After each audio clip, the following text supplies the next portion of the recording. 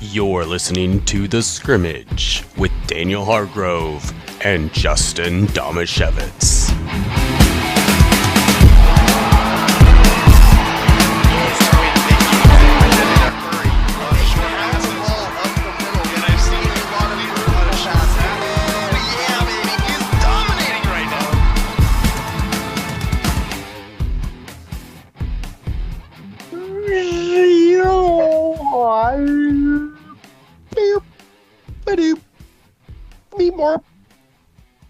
We are live and not together.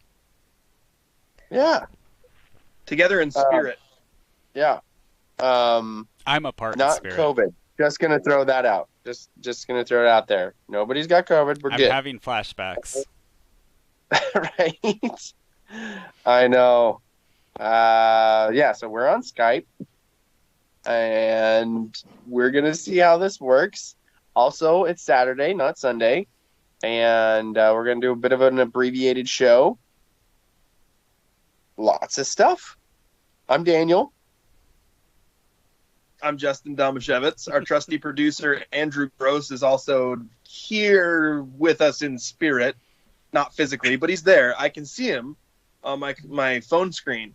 But yeah, we've got some local sports we're going to talk about. We're skipping any Northwest stuff, and we're just going to do a shorter podcast, local sports. It's Daniel's mom's birthday weekend. We got a lot of stuff going on, so we still wanted to bring you the local news, but we couldn't bring it to you in the traditional format. So we sat here for 20 minutes while Andrew pulled his hair out, trying to figure out how to make this work in a functional way. And now I can confirm, because I'm watching us on the live YouTube right now on a computer right next to me, that we are live. Hey, there we go. That's good. We're not going to do 2-minute drill. Again, we're just doing local stuff. So, also, we have kind of an abbreviated local sports roundup, if I saw that correctly. We do have some shout-outs. Daniel's working with a show sheet from memory. Yeah. Can't exactly get on your phone. Also, I typed very little into the show sheet, so I'm not even going to use it. I'm trying to look at it while I oh. Yeah. Am I still there? Did that work? Yeah. Well, yeah.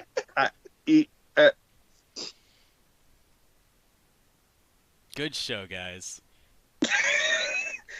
For those of you who can't see us, Daniel and I both just pretended to freeze on our Skype call, which isn't great for the audio listeners because you can't, visually see the hilarious gag that we just pulled on everyone watching at home. So funny. We're the best. Yeah, so the scrimmage is brought to you, by the way, by Oly Pen Real Estate and the law office of Jeffrey A. Domashevitz.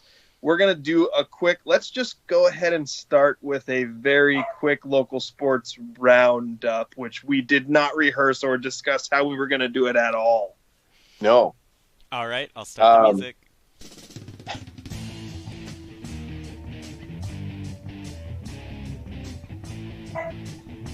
All right. Hoquiam improved to 4-4 this football season with a 29-12 win at Centralia on Friday night. Take that, Tigers. No stats were available. They will travel to Eatonville next week and could jump over the state-ranked Cruisers in the league standing with a win. The Grizzlies already have locked up the 4 seed in the Evergreen 1A League. Win or lose, they will be on the road for a crossover playoff game the following week against a Trico League opponent. Montesano's football team had a chance to lock up the number 1 seed in the Evergreen League against Tenino on Friday and could not quite get the job done. They lost 38-23, but we don't need to talk about that right now. Aberdeen also played this week. They played on Thursday, and they played a game against WF West at South Bend, which was a little weird, but bad air quality in Lewis County led them to play their game at South Bend. Bobcats unfortunately fell to the Chehalis, whatever their mascots is. Bearcat. 42-15. Aiden Watkins and Cale Goings both scored touchdowns in that contest. Not by any means an embarrassing loss for Aberdeen. WF West is real good. We also had a couple of other games that were played. Raymond South Bend played against a brutal number 1 ranked Napavine team, who the question of the year mostly has not been, are they going to win, but are they going to allow a touchdown? Raymond South Bend ended up losing that game 54-0. The Ravens are 6-2 now and 3-2 in league play, and just a few more scores from across high school football. Acosta beat Chief Leshai 70-64, and North Beach beat Tootle Lake 14-16. Just one more. I don't have a ton of local sports tonight. Oh, go ahead. I was also going to bring up that we did have 2 cancellations this week, I believe, as Elma had to forfeit to Eatonville and Forks forfeited to PWV. Correct. And I apologize to other sports. I don't have much outside of it this week, but I will say on the boys' side in cross country, Hook Williams, Timmy Higgins won the league cross country meet, while Montesano's Eric Jacklin finished in second. And again, huge apologies if there was a local girl that won on the other side of that. I do not have that information, and I apologize profusely. But Tiggy, otherwise known as Timmy Higgins, has been an athlete that we've followed very closely, and he'll be gearing up for districts and then state as well. And the only other story that I have for the local sports roundup is Montesano's girls soccer team edging the Elma Eagles in penalty kicks after playing to a 1-1 through all of regulation and through 2 overtimes. Nobody could get a second goal, and they had to play to penalty kicks. And Riley Timmons for Montesano got saves on 3 consecutive penalty kicks to help Montesano clip Elma just barely and take that league crown. And actually, if that feels like a little bit of deja vu to you, something very similar happened last year where Riley Timmons got a bunch of saves in a game that clinched the league for Montesano last year as well. The goal scorers in regulation were Michaela Stanfield for Montesano and Beta Valentine for Elma. 2 names you know. Not shocking to hear that those girls scored some goals. And that will conclude today's local sports roundup. Yes. Also want to bring up that Hope Williams volleyball team did finish or are currently undefeated in the league. We probably haven't gotten quite enough conversation about that team. They've been really good. Last time I looked at the WIAA RPI, I believe they were ranked 9th in the entire state. So shout out to the Grizzlies. We did have a little bit of a recap on what they did last week.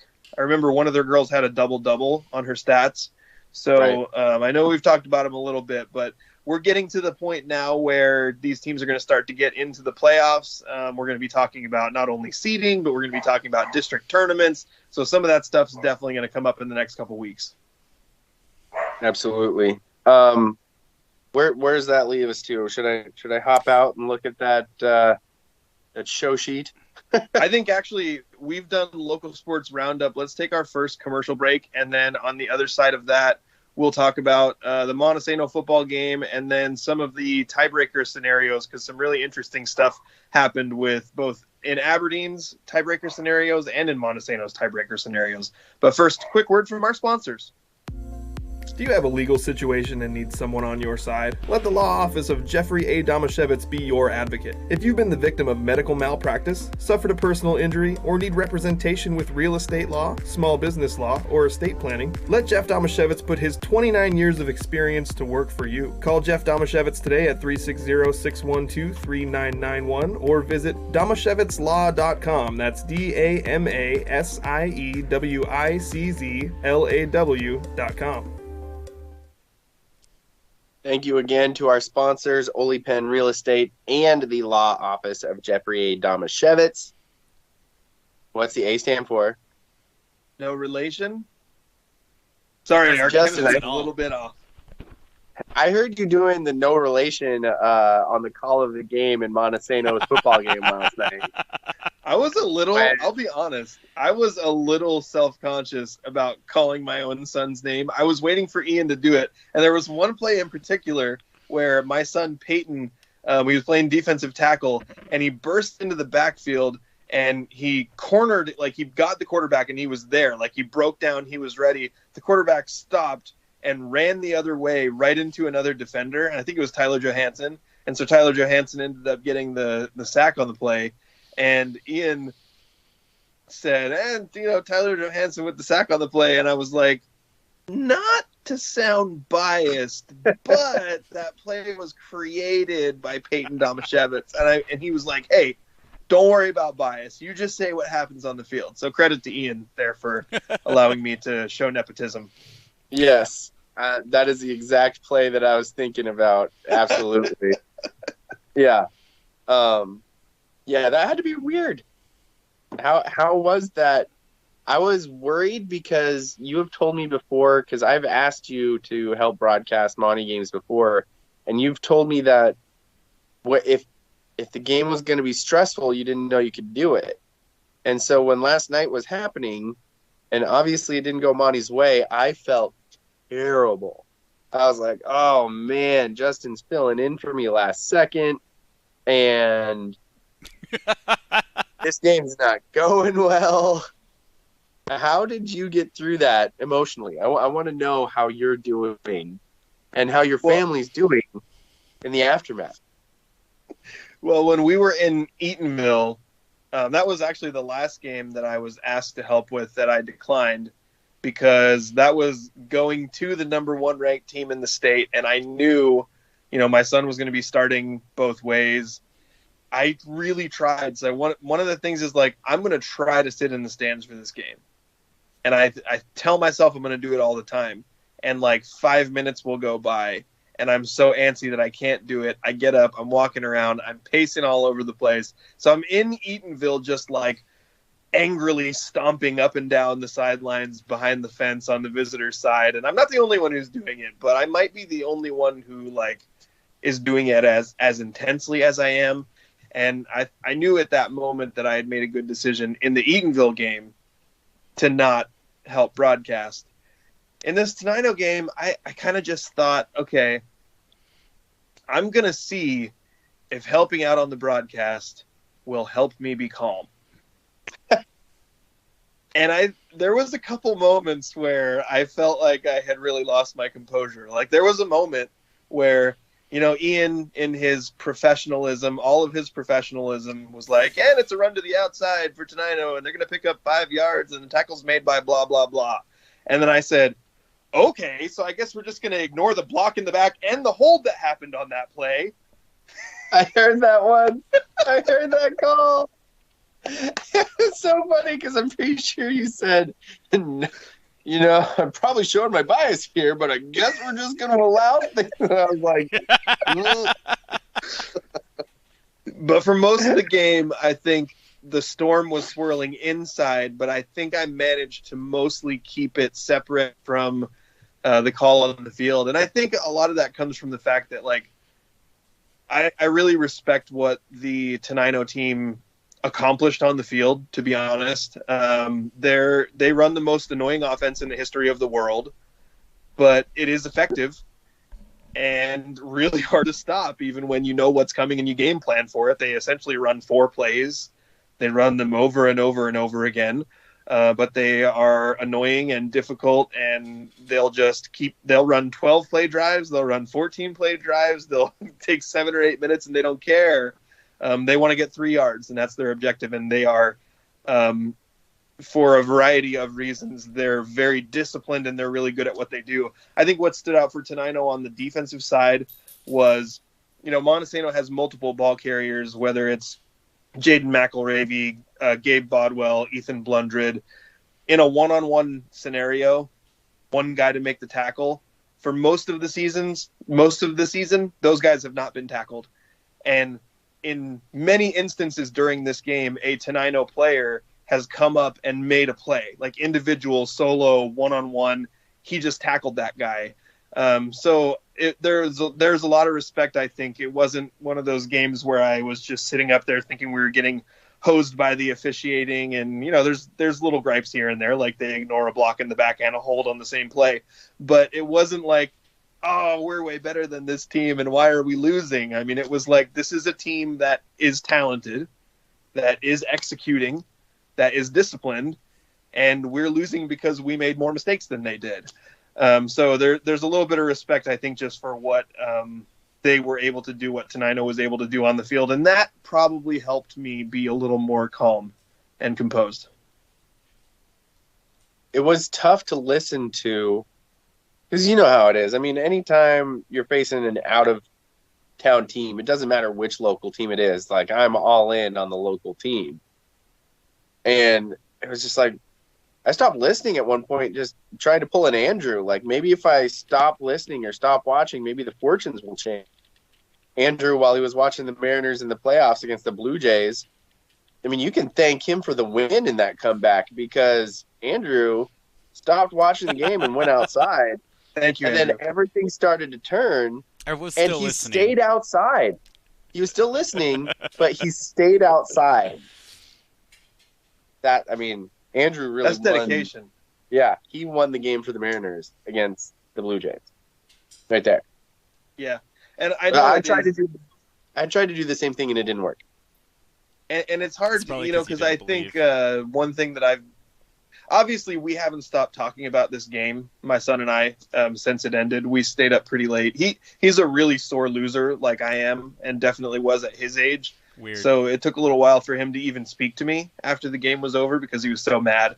But eventually we start talking about it, and I think the one thing that I keep talking about is, if this one thing had happened different at the beginning of the game, and anybody who plays sports, you like run back through like, oh, if we had done this, or if this had happened differently. There was, on the very first drive, there was an overthrow on a bomb that would have been a huge gain for Montesano, and then there was a drop on a bomb that would have been a huge gain for Montesano. Both of those could have been touchdowns. It could have totally changed the tone of the game. If you get Tenino playing from behind, that's a very different scenario than getting a run. Like Ian was saying, I'll call it not a 3 yards in a cloud of dust. It's 3 yards in a cloud of rubber pellets, because you're on that natural field turf and they've got the rubber all over the place. When you're playing against that kind of team, you need to be playing from ahead, not from behind. Easier said than done, but like that's what you need. They had opportunities to start fast and they didn't do it. So if that happens, the game's different. You get into your second and third drives and there's another drop catch on a flat route. There's two separate plays where there's a miscue between the quarterback and the running back, and there's a fumble. Didn't lose either of them, but, that's a play that you don't get back. And against a quality team, you can't do that stuff. So I think for Montesano, you got to be thinking back going, just a few of these things go differently early in the game.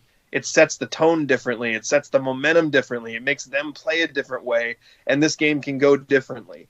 So, by no means am I going to sit here and say, oh, Montesano's better than Tenino. The Beavers didn't deserve to win that game. But, yeah, I've got a lot of those thoughts in my head. Like, yeah, what if these one or two things had gone differently? The game's totally different. But I will say, Mateo Sanchez, this is a guy we've been hyping up all year.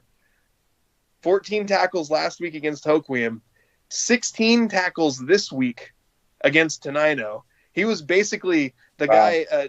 Dylan Spicer, which is Tenino's lead runner, who had rushed for like 1,300 yards already going into the game.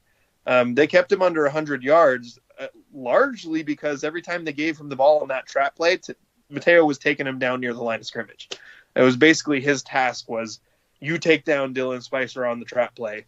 And he had 16 tackles in the game. So great job by Mateo on the defensive end. It was just, a couple of breaks not going the right way, and going up against a team that executed really well. I was going to ask a little bit about that, because Tenino has been the down team for a long time, right? In a lot of sports. And last year I kind of felt like it was a lot of their success rided on Hickel. Yeah. It seems like they got their program growing, and it makes sense that area of Rochester, Grand Mound, and Tenino, is growing like crazy. So is Tenino going to be here to stay, or is this like an age group that's coming through? They have a ton of seniors. All three, so they run in a offensive formation that's like 2 tight ends, a quarterback, and 3 running backs. Like they line up super tight, like they're in a phone booth. Their spreads on the offensive line are foot to foot, but then they have the quarterback and 3 running backs left to right behind him in the backfield. All 3 of those guys are seniors. And then when Dylan Spicer got hurt in the fourth quarter, they brought another guy in who also ran really well, who also was a senior. So I think, you did lose Takari Hickel, who was your 2,000-yard rusher, who's a 3-star athlete and went to play at Oregon State. But there was just an enormous amount of senior talent that came up behind him to help fill in that space. And I have to say it's probably just a really well-coached group, because this particular offense that they run, if you're not super disciplined about taking the yards that are in front of you, as a runner, you got to go north to south and not east to west. It's a one-cut, quick, decisive run. If you're not disciplined on those things, this offense will not work. And they ran those things with a lot of discipline. So I'm going to assume it's a combination of just being really well coached and a group of seniors that's pretty talented. So with this loss and Tenino's win, that sets up a 3-way tie in the Evergreen 1A. You were saying that Tenino has claimed the 1 seed. How is that decided? Like, are we ready to get into the weird tiebreaker decisions? Because this has always confused me how this can work out, especially since you guys were talking about point differential. Yeah. And if you went by that, it doesn't sound like it would be Tenino. So I'm really confused. Like, how does this work? Yeah, so basically there's a 3-way tie, and I believe if it were for a playoff spot, a Kansas tiebreaker to break to whether somebody's season is over or not, they might. But because it's just for seeding, and technically, even though Tenino immediately went onto social media and claimed the league title, it's a shared league title. If all 3 teams end up with the same record, it doesn't matter what the tiebreakers are. It's a shared league title. But Tenino gets the one. It does sound petty, I know. But this is like the roots of journalism in me that I know from over the years that this is the same record. You share the league title. It's the way it's always been. But whatever. Stand on RM and sing your fight song for your school. Whatever. I don't care. So essentially what it boils down to is, in the games between those 3 teams that were in the tie, what was the point differential, wins and losses, but with a cap of 14 points possible. So Montesano beat Eatonville by 21, but they only get credit for 14 in that game. And then they lose this game by 18 to Tenino, or 15 to Tenino. And Tenino gets the same amount of credit for beating Montesano by 15 as Montesano gets for beating Eatonville by 21. So the reason the 14-point cap exists is because it's to encourage teams to not run up the score. But in my mind, that's so stupid, because 14 points is a nothing lead. Like, if it's a don't run up the score thing, make it 28 points or 35 points or something like that. I don't think. And this is me being petty, because if the point cap didn't exist, then Montesano would be the 1 seed and Tenino would be the 2. That's okay. So is this a league thing or a WIA thing? It's a league thing, and I believe it's agreed upon between all the athletic directors. And these rules actually change. Some leagues have really stupid rules for these tiebreakers. There's a 2B league, I think, on the eastern. There's a 2B league that I think on the eastern side of the state where they had this exact same scenario, and their tiebreakers were determined by coin flip. And at least in our league, we have a scenario in which it's decided by point differential in the actual games. Yeah, except for it's not actually decided by point differential. It's decided by a random 14-point cap. So I would take the coin flip over this. You're saying that it's done by point differential and then completely ignoring the point differential. That's absolutely insane. That only works if you have teams who beat each other by 5, 7, and 10. Like, that is stupid. Agreed. Especially at such a low cap. But, yeah, I don't know. That's dumb. So going into the like game, if Montesano had already locked up the 2 seed, there was no way Eatonville could catch them. And going into the game, Monty knew that. Well, I knew. I don't know how many of the people on the team or the coaches knew, but I knew that the tiebreaker was if they lost the game, it was okay. They could still be the 1 seed, but they couldn't lose by 10. They had to lose by 9 or less, and they lost by 15. So, yeah, in the end, no good. But hey, the benefit is, and I'll just say going forward, the reason why it's ultimately not as big a deal is because assuming Montesano can handle business against Elma next week, they still will be, as the 2 seed, they'll get to host a crossover game that will likely be against Seton Catholic or Kingsway Christian out of the Trico League, which is whichever is the third place team out of the Trico League. And if you're using transitive law, both of those teams lost by a lot to Castle Rock, and Montesano kicked Castle Rock's butt. So I think it's set up for a pretty good crossover matchup at home for Monty in Week 10. Yeah, I from what I've seen so far, I would say that maybe not the 4 seed out of the Evergreen taking down the 1 seed, but I'd be surprised if there weren't 3 Evergreen teams getting wins in that district, in that district crossover matchup. I would be shocked if Tenino, Eatonville, and Montesano didn't all win their crossover matchups. And then the 4th one, in all likelihood, will be Hoquiam going up against La Center and traveling to La Center for that game. And La Center's pretty good. They're state ranked. I believe only 1 loss on the season. So that'll be a tough game for the Grizzlies. But, I mean, holy crap. What a bounce back year for the Grizzlies. That's crazy for what they went through last year to come back, bounce back, whole program bounces back, compete as much as you explained last week about when they took on Monte, and what they've done this season. Like, that's impressive. That is a massive, massive kudos to Jeremy McMillan and that staff and those kids for the fight they brought this year, because playoffs after what happened last year and the numbers they had last year and the injuries and everything that went on, that is crazy.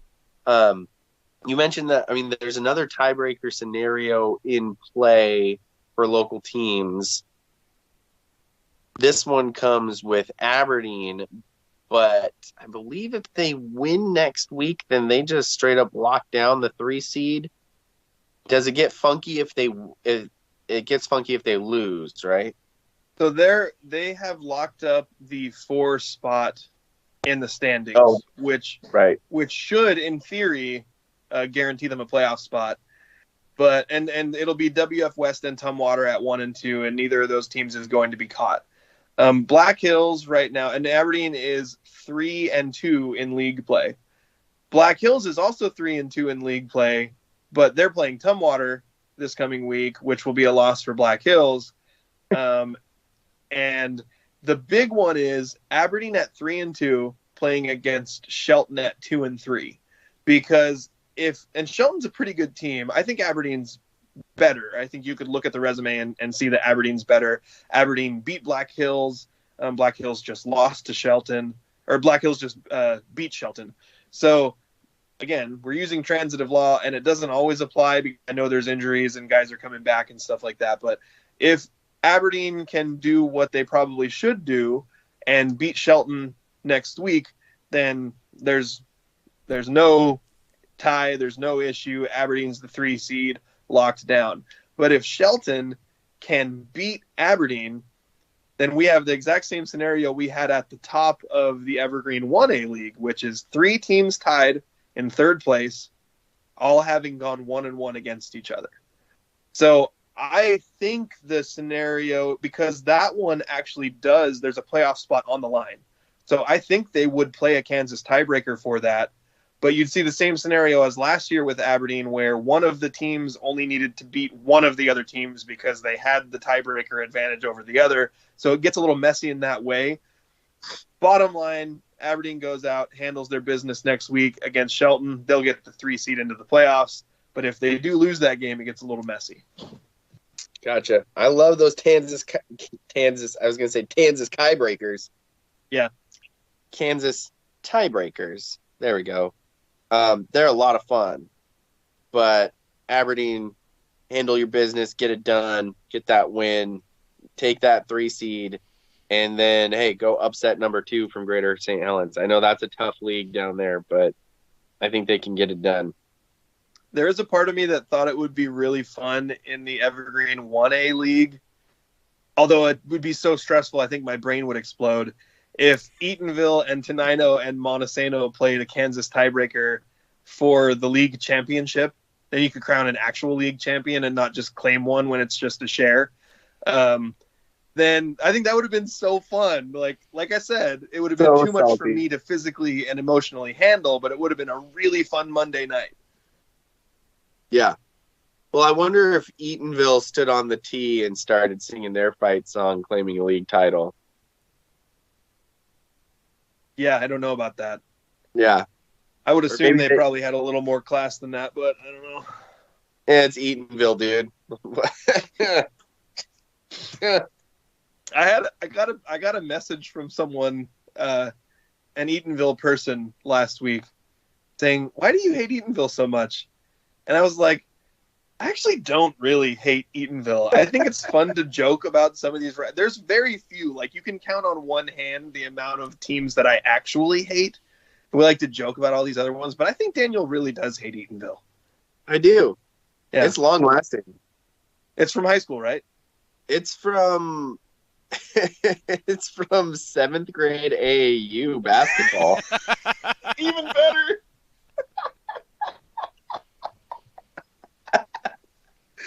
So we're now talking about like literally 20 years ago. Yes. Yeah. Okay. 20 years ago. Yep. I like it. I love it when people hold on to grudges that long. Oh man. Is it time for another break? Are you guys done with I've got a couple input from listeners. Yes. Clarence wants to shout out the Aberdeen girls soccer, who currently sit in second place heading into the district tourney in a couple of weeks. He said they're led by Maddie Gore, Annie, and Zoe Troa, and several others. Tro? Okay. Yeah, those are twins, I believe, and Madison Gore is an absolute stud athlete. So they're all 3 of those girls are amazing athletes. I covered them in basketball. No surprise there that they're stud at soccer too. And then Francis was letting you guys know that Jane Roloff won by nearly 3 minutes, and it's the first sweep of the league in cross country for Hoquiam in school history. I feel like such a tool. I was wondering when you said, I wonder who the girl was, and I was like, isn't there a Roloff who just never stops running? But I was blanking on the last name. I had the thought in my head that I was like, I'm just going to say that Jane Roloff won the girls' side because I feel like it can be assumed. But then I was like, no, I can't say it. That would be irresponsible. And now I feel like such a jerk for not taking 45 seconds to text somebody and find out if Jane won. Great job, Jane. Francis also says that Daniel is clearly in the only spot in the house that he can't wake up anchor, and that Shami clearly has been incarcerated, and this is his one Zoom call. He's on to me. I assume that he's referencing your Leavenworth shirt. Oh. Actually, you can't see the bottom, but it does say Leavenworth Correctional Facility. Yeah. He you skipped the comment from Johanna that Daniel needed to stay outside for the next series. I think that's what she was talking about. That checks out. No, she was talking about you. Oh, maybe. She said when you stayed outside and you saved the series for the Mariners, you should have stayed outside for the whole next series. No, she's absolutely right. It's my fault. That's good. Francis also was spewing some drivel about baseball, which we don't need to talk about, other than to note that he's to the Astros, apparently. Uh-oh.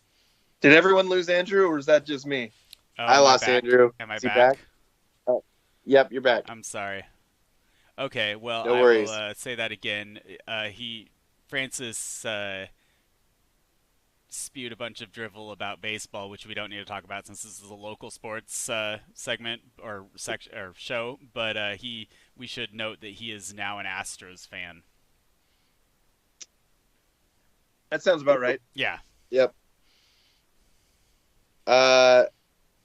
We got to name an athlete of the week, and it's going to be really hard because now, especially I think now that we've got some other information in as well, man, even though it's not a real sport, those cross-country runners, that's pretty impressive. And I think it's still athletic what they do. So we're gonna let this marinate. We're gonna think about it, and then we'll name an athlete of the week on the other side of this commercial break. At Oly Pen Real Estate, we have solidified our foundation on 4 core values. First, we continuously focus on growing our knowledge in the market and in our practices to bring the highest level of competency to our clients. Second, we provide a high level of integrity, compassion, and kindness in every aspect of our business. Third, we put the human element above business through humor, enthusiasm, and patience. And last but not least, we proactively respond to the needs of our clients. Our mission is to create a personal real estate experience, one person and one home at a time. With Oly Pen, it's personal. Man, that's a good-looking video commercial there. I wonder who edited that. Someone with a lot of skills. I'll tell you this much. Someone who used to have more. Sorry, I just had to turn it down because the P's were popping so hard.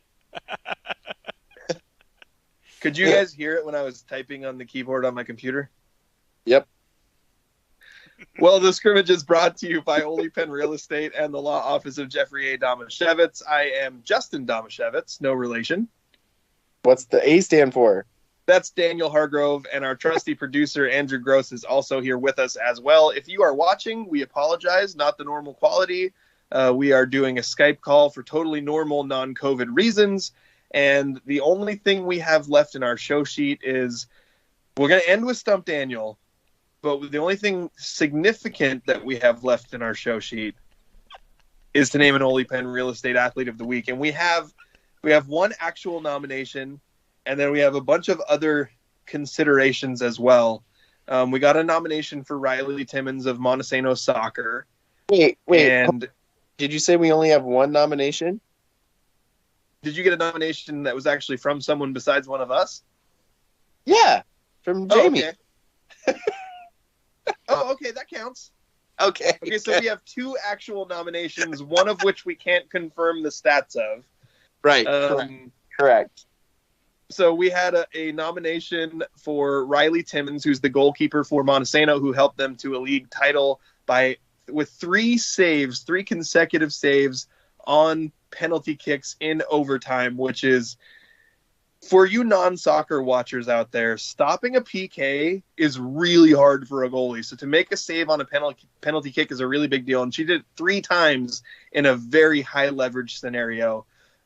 We also heard and attempted to confirm unsuccessfully that Jake Templer scored 4 touchdowns for the Hoquiam Grizzlies in their win over Centralia. It appears there are no stats. I couldn't find them anywhere. We even reached out to some people to see if stats could be obtained, even a scoring summary, because just to be able to confirm the 4 touchdowns on their own for Jake Templer might have given him Athlete of the Week just on its merits, just with the touchdowns. But Jake Templer, we did get a nomination for him as well.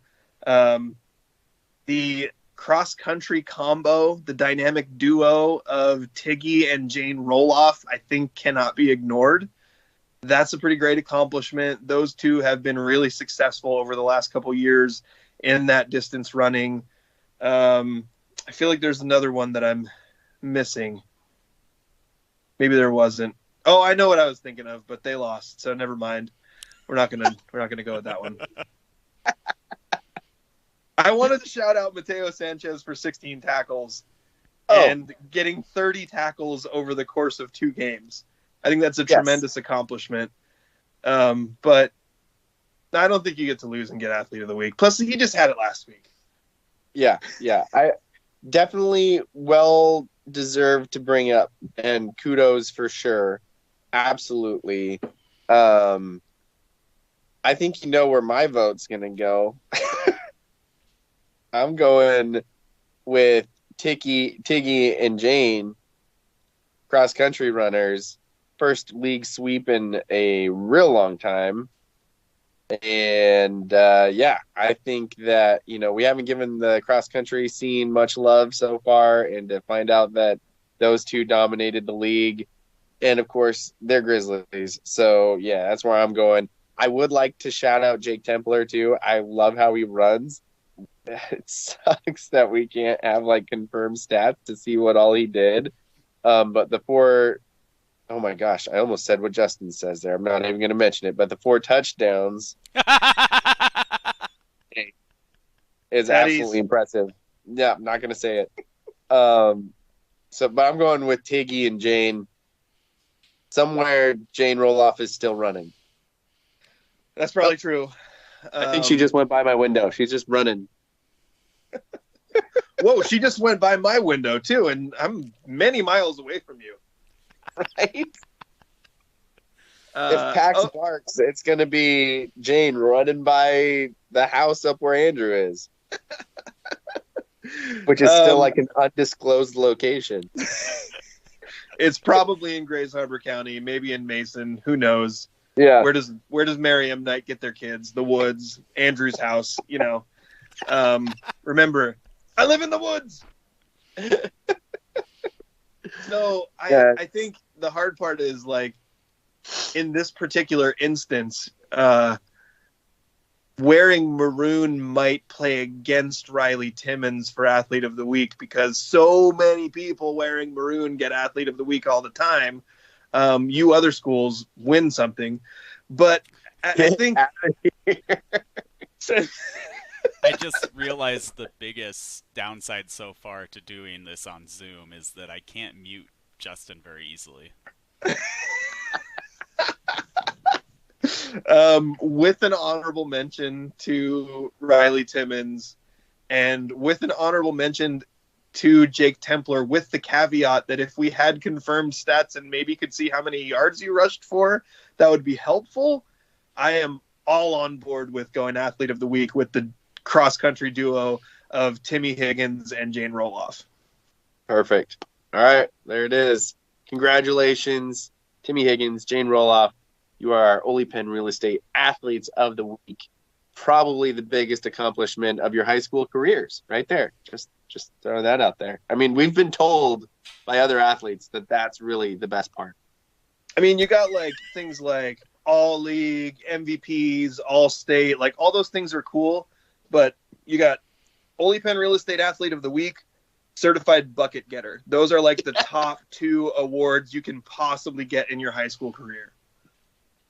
We only had the only people who've gotten certified bucket getters were from Raymond, right? Yeah. Mm-hmm. But we've got a couple others on our radar. It's true. All right, Justin. Our final segment is going to be Stump Daniel, and in the interest of keeping things as brief as possible and also combining 2 of our favorite parts of the show, my favorite part of the show, Stump Daniel, and one of your favorite parts of the show, poll result. I posted a lot of polls last week, and we're going to see how close you can get to guessing the results of the polls. Okay. Question number 1, Daniel, and this was based on something that your dad told us.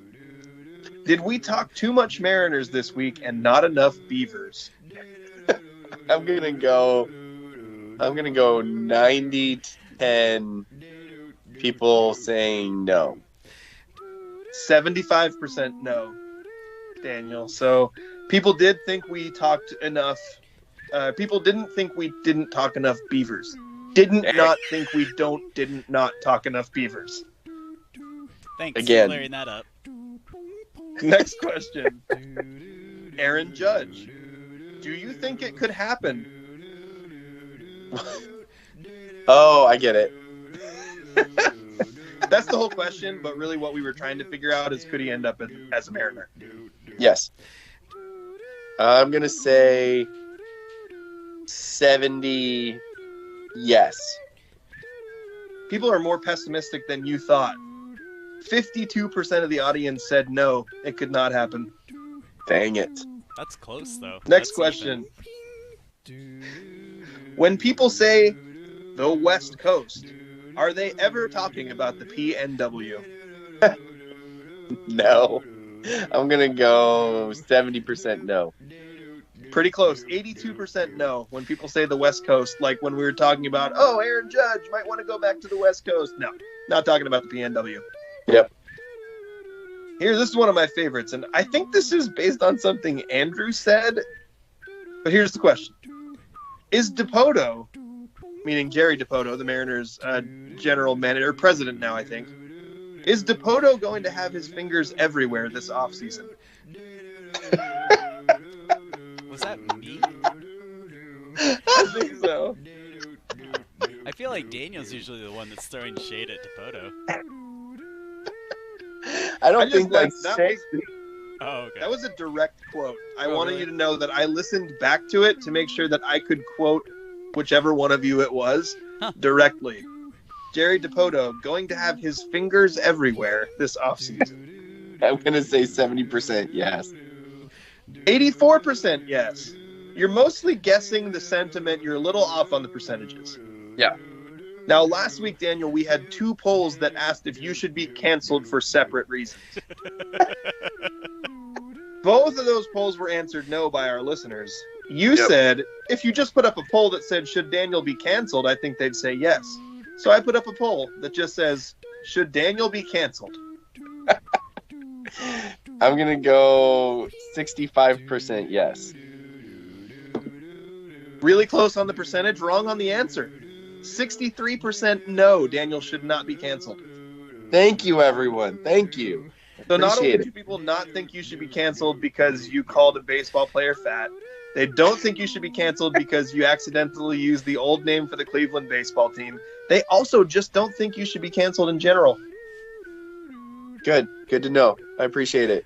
What about, I mean, it's been a while since, I don't think this is a canceling thing, but it's been a while since we've had me calling out Haley Van Lith. So I'm wondering when another one of those polls is going to come.